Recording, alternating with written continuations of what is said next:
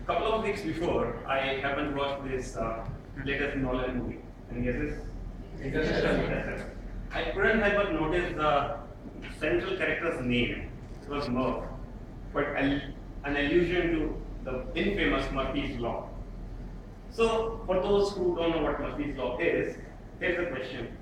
How often it happens that you lose out on a tremendous opportunity because of a marginal oversight? What happens when you're not able to enter that morning first lecture because you forgot your ID card at home, and that day only the security guard has to check it. Hours and days of preparation gone down the drain because you didn't read that just one bloody chapter for yourself. Well, here's Murphy's Law. Fellow Toastmasters and dear guests, good evening. Good evening. Good evening. Thank you. So, to strengthen my point, how crucial, how significant this Murphy's Law can play, I have an interesting story from history to show how this Murphy's Law has shaped the entire modern history. But the story which I am going to tell is from the Battle of Plassey, fought on June 23rd, 1757, between the Nawab of Bengal, Siraj-ud-Dowlah, and Robert Clive of the East India Company.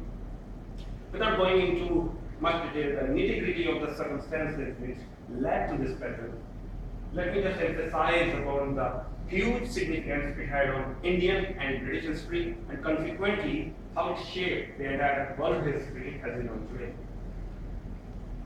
For starters, this historic event helped a British trading company expand its footprint as a military and naval force. It also led to the toppling of Nawab Shahi regime and a new beginning of puppet rulers, something which our current political scenario has seen quite frequently. This battle not only marked the rise of British East India Company, but also their strategy, the winning strategy of divide and conquer, with which quickly they hovered across the map of India. They modernized our ways, the old ways, while killing our ancient tradition and heritage. They introduced certain path-breaking technologies. They introduced the Indian subcontinent to a revolutionary mode of transport, the railways. But quite honestly, IRCTC service still takes the crown for the lousiest creation by mankind ever. They eradicated many social ills and reformed the infrastructure.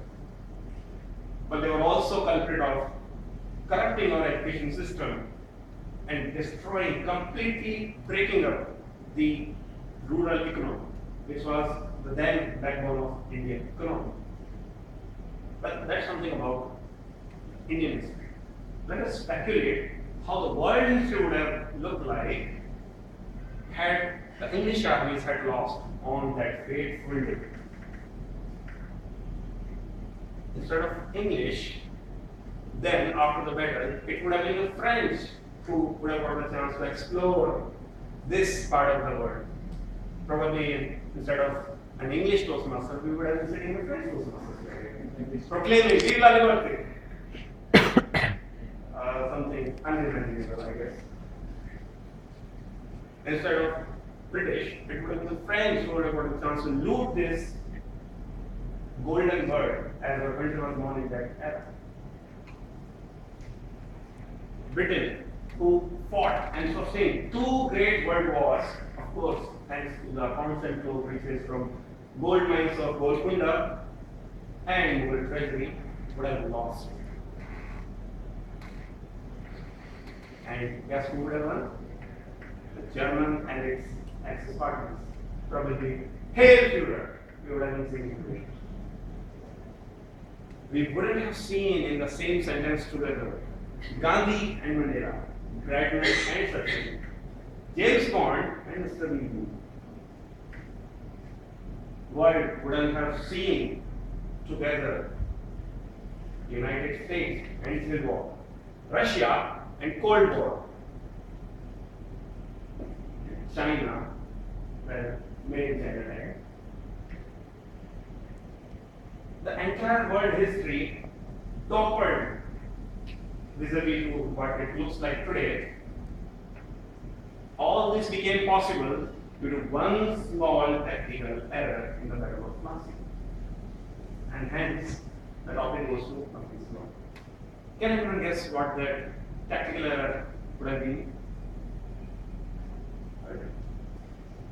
You see, Robert Clive came up with an army of mere 2,500 up against Nawab's forces of 40,000, led by war elephants. Still the loss. Because all this didn't matter. This didn't make a dime's difference in the battle. Because here was Murphy's law to spoil all the Nawab's fun. On the eve of the battle, Robert Clive, being a man of preparation, always had one thing up his sleeve, an ace up his sleeve. While the Nawab Sahab, despite all his battle readiness, this marginal oversight cost him the entire battle. You ready to know what this is? What is it that made all the difference? Is it something to do with the elephant? No. It is something to do with the rain. It is tarpaulin. Nawab Sahab forgot to bring the tarpaulin.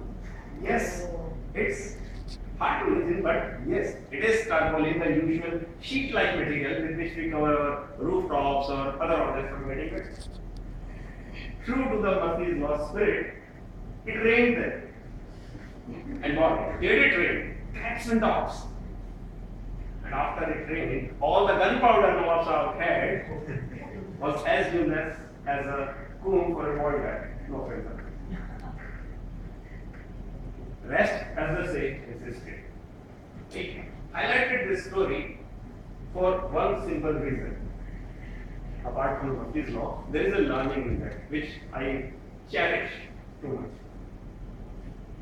The thing is, anybody, or if I may extend any individual, carries the potential to change the entire course of history in a ways entirely unthinkable. Don't ignore any small thing in your preparation, anywhere in your life.